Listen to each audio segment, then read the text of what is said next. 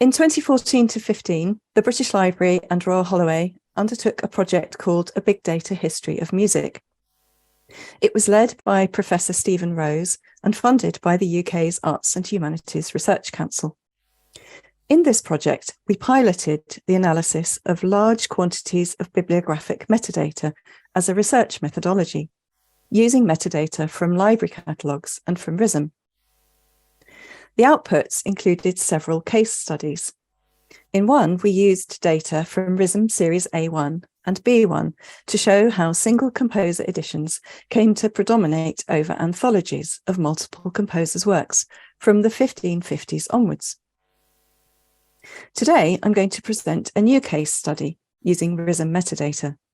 This time, I'll be exploring posthumous publication of music before 1650.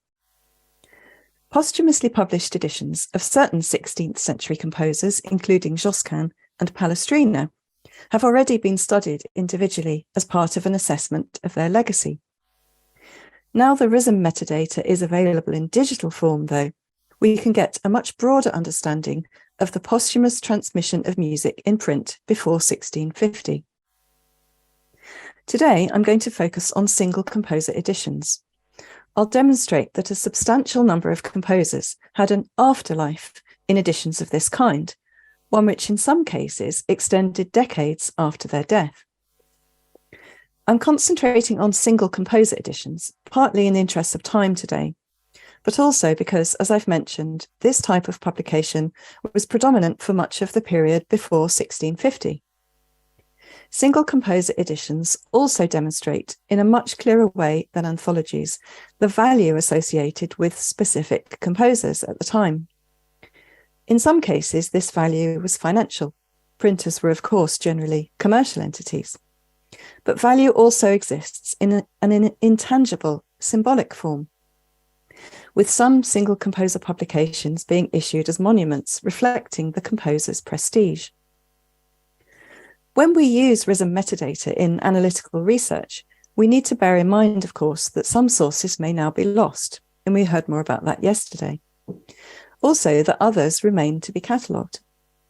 However, it's still possible, I think, to identify trends and draw some conclusions from the existing RISM metadata.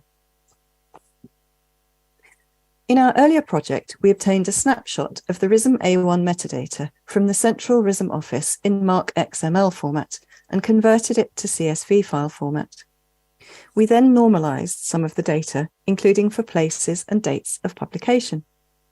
We also added geographical coordinates so we could produce map-based visualizations. For today's paper, I'm using the same dataset, but I've cross-checked certain data against the live RISM OPAC to make sure that any recent changes have been taken into account, particularly any that affect death dates, which could then affect whether something is classed as posthumous or not. I've marked a publication as definitely posthumous when the publication date is the year following the year of the composer's death, or any time after that. Some editions issued by printers with a single composer's name on the title page contain works by more than one composer. Where these have been included in the RISM A1 catalogue, I have included them in my dataset. I haven't included anthologies listed only in RISM B1. First of all, I wanted to understand how many single composer prints issued before 1650 were posthumously published, and what proportion this represented of all known single composer editions from the period. For composers whose year of death is given in RISM, I've identified 655 single composer editions which were definitely posthumous. This is out of over 10,000 pre-1650 single composer editions in RISM A1. This means that about 1 in 15 at least are definitely posthumous. As only about 2/3 of the pre-1650 editions in RISM A1 include the composer's year of death, it's likely that there are other unidentified posthumous publications there too, and the figure of 1 in 15 is an underestimate. Also, as I mentioned, I've taken a publication date of the year following the composer's death as an indication of posthumous publication. But it's quite likely that some editions published in the year of death itself will also have been posthumous, adding to the overall total. 1 in 15 is not a very high proportion, of course, and there was clearly a preference for music by living composers. But the data shows that some composers were not immediately forgotten after death, and that there was still a market for some of their works in print. I'm going to look shortly at who these composers were. Before that, though, let's look at the types of music that were being published posthumously. Using the genre categorizations in the RISM dataset, I assigned each posthumous edition to a category: secular vocal music, sacred vocal music, or instrumental music. As you can see, sacred vocal music makes up nearly 54% of the known posthumous editions, and secular vocal music around 42%. The proportion of instrumental music is very small at just over 4%. And actually, this proportion of instrumental music to vocal music is almost identical to that for the entire pre-1650 dataset, including the non-posthumous publications. I was interested to know whether the balance of sacred and secular publications changed over time. It did, as we can see in this chart, where we've got secular vocal music in blue, sacred in red, and instrumental in yellow, going across the decades from the 1520s to the 1640s.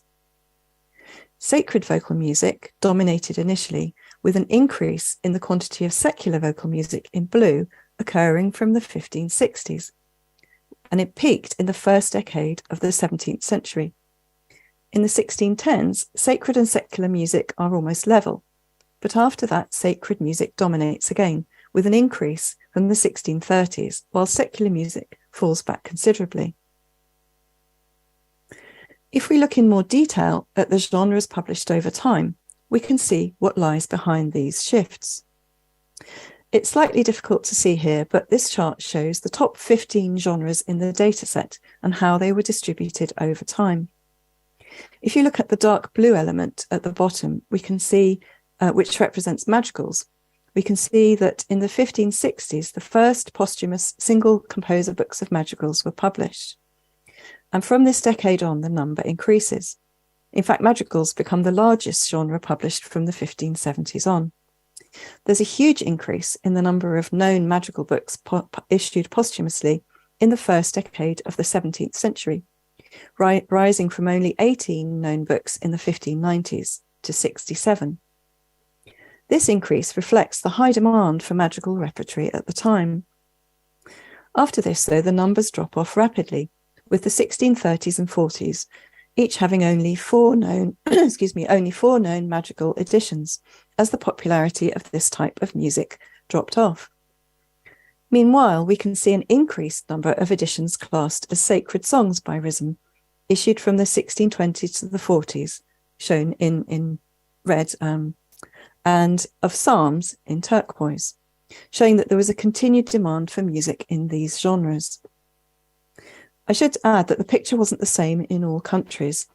If we were to look at publications solely in German lands, we'd see that sacred music predominated in all decades, while in Italy, we get quite a jump in secular music in around the 1600s. And that's, again, because of the rise of madrigal publication. If we turn to composers, we find that 143 composers received at least one posthumous single composer print before 1650. Again, because of all the composers with uncertain death dates, this is likely to be an underestimate. In the overall A1 dataset of single composer prints issued before 1650, there are over 2,100 identified composers. The 143 who received one or more posthumous editions represents about 1 in 15 of that total, which interestingly is the same proportion that we saw when looking at the proportion of editions that were published posthumously. It's still quite a low number. A large majority of composers didn't receive any known posthumous editions, but the fact that at least 143 composers did demonstrates that this practice of posthumous publication wasn't just connected with a very small number of high-profile composers. The number of posthumous editions these composers received varied a lot. over 40% had only one known posthumous edition, while at the other end of the scale, 18 composers received 8 or more. Between them, these 18 composers received well over half of all the known posthumous editions I've identified. So who were the composers with the largest number of known posthumous editions published before 1650? This visualization gives an overview, and the composers with the largest numbers are listed in the biggest type. The top 10 are also listed below.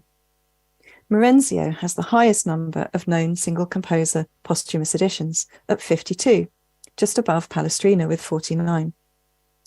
Marenzio, Arkadelt, Pallavicino, and Rohr are in the top 10 largely on the strength of their posthumous magical books.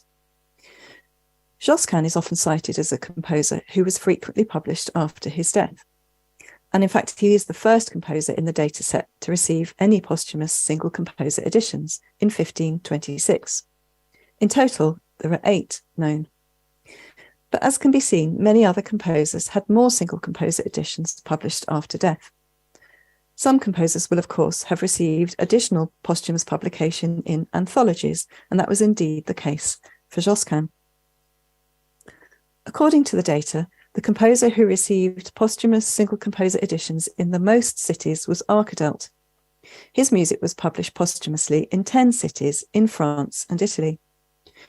The music of Lassus, meanwhile, travelled the furthest after death, being published in 6 cities in what is now France, Belgium, Germany, Italy, and England. This paper is mainly about pre-1650 publications.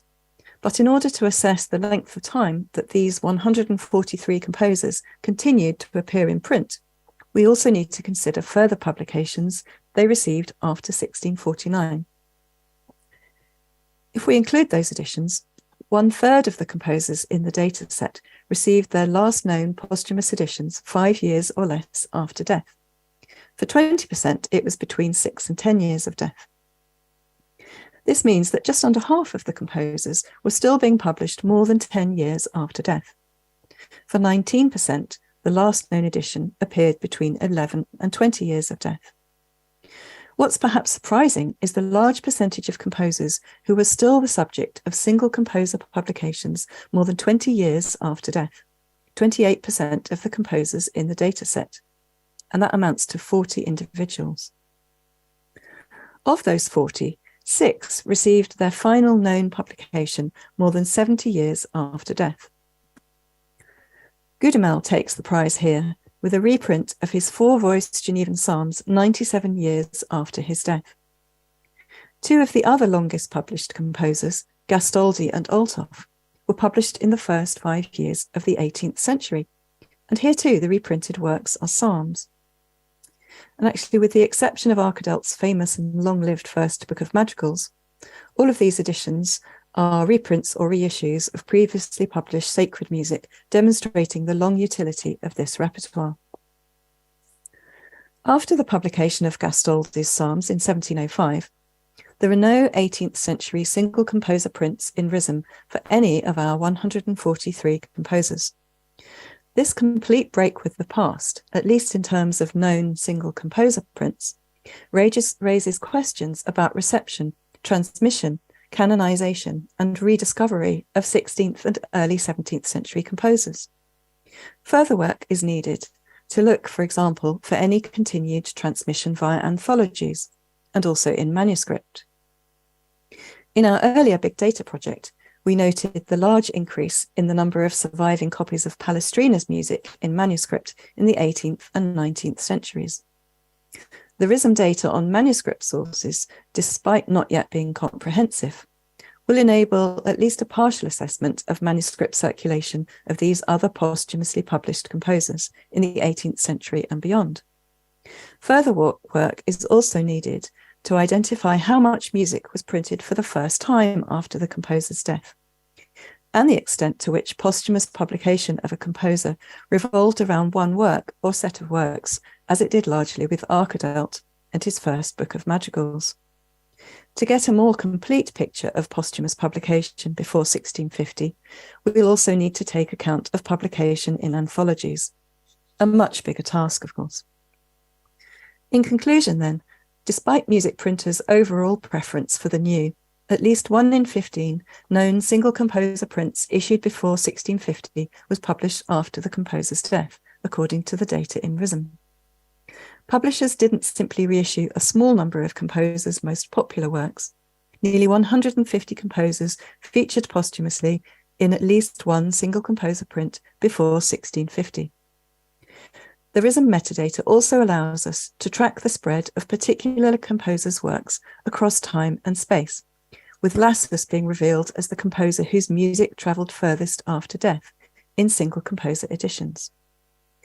This research is very much still work in progress, and the RISM metadata will provide the starting point for a deeper exploration of lesser-known composers' works and of early canon formation, focusing more on the sources themselves. However, I hope my paper has given you a flavour of the kinds of information that can now be obtained from the rich metadata created by RISM over the last 70 years. Thank you very much.